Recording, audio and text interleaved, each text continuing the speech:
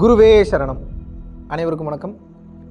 முதுகெலும்பு ஏன் ஸ்பிரிச்சுவாலிட்டியில் அவ்வளோ முக்கியமான ஒரு பொருளாக கருதப்படுகிறது அப்படின்னு சொல்லிட்டு ஒரு மெயினான கேள்வி. ஸ்பைனல் கார்டு அப்படின்னு சொல்லுவாங்க. ஸ்பைனல் கார்டு தான் பார்த்தீங்கன்னா மனிதனுக்கு கிடைத்த ஒரு மாபெரும் அரிய வகை பொக்கிஷம்.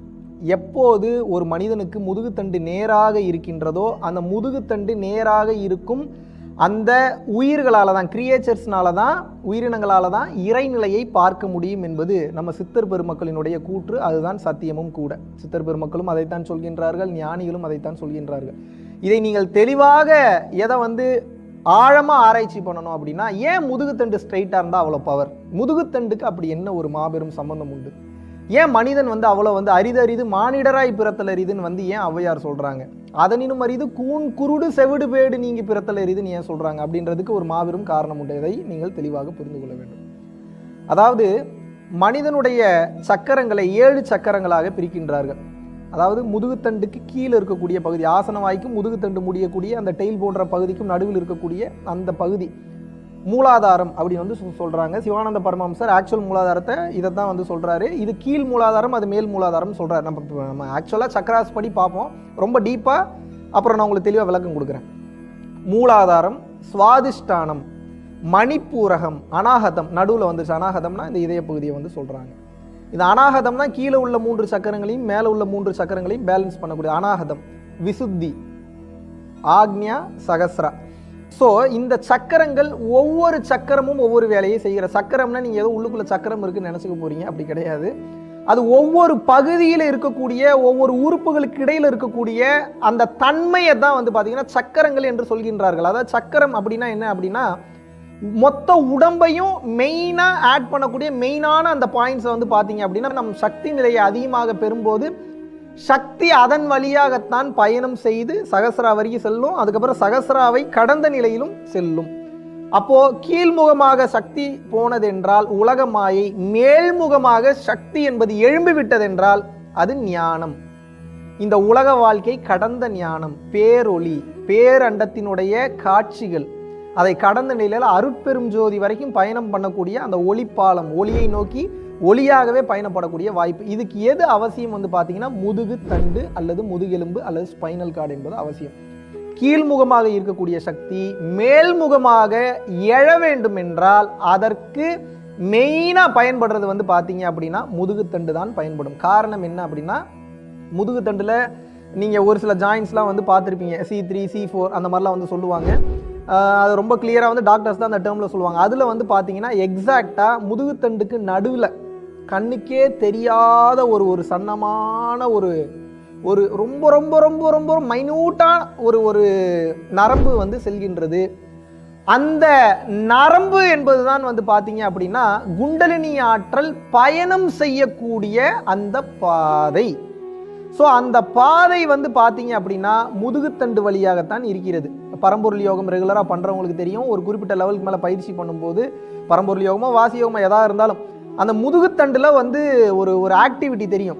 ஏதோ எறும்பு ஏறுற மாதிரி இருக்கும், இல்லை ஏதோ சில்லுன்னு இருக்கிற மாதிரி ஒரு ஃபீல் இருக்கும், இல்லை ஏதோ சில நேரத்தில் ஏதோ கடிக்கிற மாதிரி இருக்கும். கடிக்கிற மாதிரினா வெளியில் உள்ளுக்குள்ளே ஏதோ ஒரு டிஃப்ரெண்ட்டான ஃபீலாக இருக்கும். சில நேரத்தில் பரவசமாக இருக்கும், சில நேரத்தில் காரணமே இல்லாமல் ஒரு மாதிரி டயர்டாக இருக்கும், சில நேரத்தில் ரொம்ப ஆனந்தமாக இருக்கும். இதுக்கெல்லாம் காரணம் என்ன அப்படின்னா, ரெகுலராக நம் சக்தி வாய்ந்த தீட்சையை பயிற்சியாக பெற்று செய்யும் போது அந்த ஆற்றலானது கீழே இருந்து மேல் நோக்கி போயிட்டு வரும்.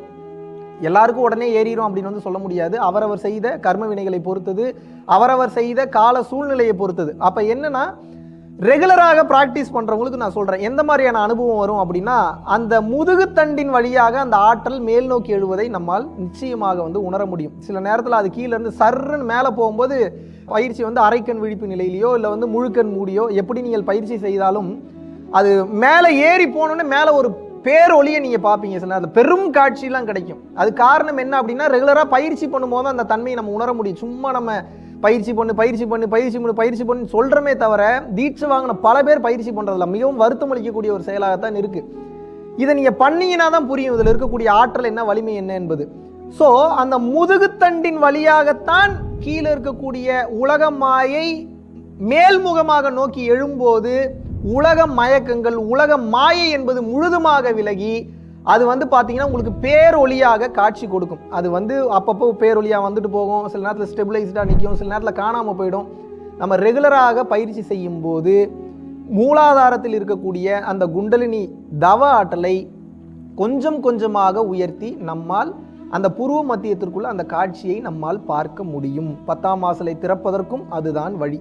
ஸோ நம்ம சிற்சபை கவனமோ இல்லை புருவ மத்தி கவனமோ இல்லை வாசியோக பயிற்சி ஏதோ ஒன்று நீங்கள் வாங்கி பயிற்சி பண்ணும்போது, சக்தி வாய்ந்த பயிற்சியை செய்யும் போது அனைத்தினுடைய நோக்கம் ஒன்றே ஒன்றுதான். என்னவென்று கேட்டீர்கள் என்றால், உங்களது ஆன்மாவை சக்தி பெற செய்து ஆன்மாவிற்கு அதிக சக்தியூட்டி கடைசியில் அந்த ஆன்மாவாகி அந்த உயிர் பொருளுக்கு பக்குவத்தை கொடுத்து அந்த மனமெனும் அந்த திரை விலகும் போது, அந்த மாயை விலகும் போது, அசுத்த மாயா என்பது விலகும் போது உங்களுக்கு அந்த அருட்பெரும் ஜோதி ஆண்டவரின் பரிபூர்ண அருளாசிகள் கிடைக்கப்பட்டு அது பேரொலியாக உங்களுக்கு வந்து காட்சி கொடுக்கும். இதுக்கு தான் அந்த முதுகுத்தண்டு என்பது அவசியம். இதுவே புலியோ கழுதையோ குதிரையோ நினச்சதுன்னா அப்படி அந்த சக்தி என்பது ஆற்றல் என்பது மேல் நோக்கி எழாது. மறுபடியும் அந்த புலியோ கழுதையோ குதிரையோ வர வேண்டும் என்றால், இறைநிலையை உணர வேண்டும் என்றால், அது வாழ்கிற காலத்தில் அது கொடுத்த 4 அறிவு 5 அறிவை வச்சு நல்ல செயல்களை செய்து, நல்ல செயல்னா என்ன, இப்போ ஒரு குழந்தை வருது, அதுக்கு அறிவு இருக்கும், குழந்தைய கடிச்சு சாப்பிடக்கூடாது. ஒரு சில புலியெல்லாம் சாப்பிட்றதில்ல, ஒரு சில புலி உணவுக்காக கடிச்சு சாப்பிட்றது இல்லை. அப்போ அந்த அறிவை தனது சுயநலத்திற்காக பயன்படுத்தும் போது என்ன ஆகுது, அடுத்த பிறவி இன்னும் மோசமாக கிடைக்கல, அதே புலியாக இருக்கும், இல்லை பன்றி கழுதியாக ஏதோ வேணால் பிறக்கலாம். தனக்கு கொடுத்த வலிமையையும் உடல் வலிமையும் மன வலிமையும் சுதந்திரத்தையும் சரியாக பயன்படுத்தி இன்னொருவரை காயப்படுத்தாமல் அந்தந்த உயிரினங்களுக்கு தகுந்த அறிவை வைத்து பிற உயிர்களுக்கு நேசிக்கும் போது, பிற உயிர்களை காயப்படுத்தாமல் வரும்போது அந்த உயிரானது, அந்த ஆன்மாவானது அடுத்த ஜென்மத்தில் மனித பிறவியை எடுக்கிறது. இதனால தான் மாணிக்கவாசகர் புல்லாய் பூடாய் பாம்பாய் தேலாய் பல்விருகமாய் அசுரராய் தேவராய் கணங்களாய் எல்லாம் சேர்ந்த இத்தாவர சங்கமத்துள்னு பாடுறார். 84 லட்சம் யோனி பேதங்கள், 84 லட்சம் உயிரினங்கள் இந்த பூமியில் வாழ்ந்து கொண்டிருக்கிறது. அத்தனைக்கும் படைப்பாளியான இறைவன் என்பவன் ஒரே தத்துவத்தை தான் கூறுகிறான். உங்களுக்கு கொடுத்த உடல் வலிமையையும் மன வலிமையும் சுயநலத்திற்காக மட்டும் பயன்படுத்தாமல் பொது நலத்திற்காக இன்னொரு உயிருக்காக பயன்படுத்தும் போது மனித நிலையில் இருக்கும்போது முக்திக்கு போயிருக்கீங்க, அடுத்த பிறவி கிடையாது. நீங்க நினைச்சு பாருங்க, ஒரு செல் உயிரினத்திலிருந்து பல்லாயிரம் ஆண்டுகள் பல லட்சம் ஆண்டுகள் கழிச்சு இப்போ இந்த மனித உடல் கிடைச்சிருக்கு. இதையும் நம்ம வேஸ்ட் பண்ணிட்டோம், மிஸ் பண்ணிட்டோம்னா வாழ்க்கை மிகவும் கொடூரமாகிவிடும். இன்னும் நம்ம டீக்ரேடு கூட ஆகலாம். அதனால சரியாக பயன்படுத்தி தவம் செய்து தானம் செய்து கருணை உணர்வோடு இருக்கும்போது பிறவி இல்லா பெருவாழ்வை நீங்கள் அடைகின்றீர்கள். அதற்கு மிகவும் ஆதாரமானது இந்த முதுகுத்தண்டு தான். இதனால்தான் கொடிமரம்ன்றதை வந்து கோவிலில் வந்து வச்சிருக்காங்க. அந்த கொடிமரம் என்பது உங்களது முதுகுத்தண்டு தான்.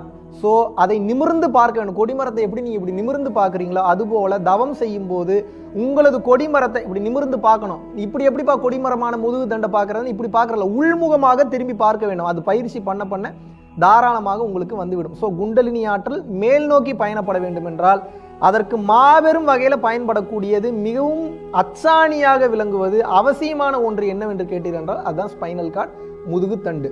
நன்றி, வணக்கம்.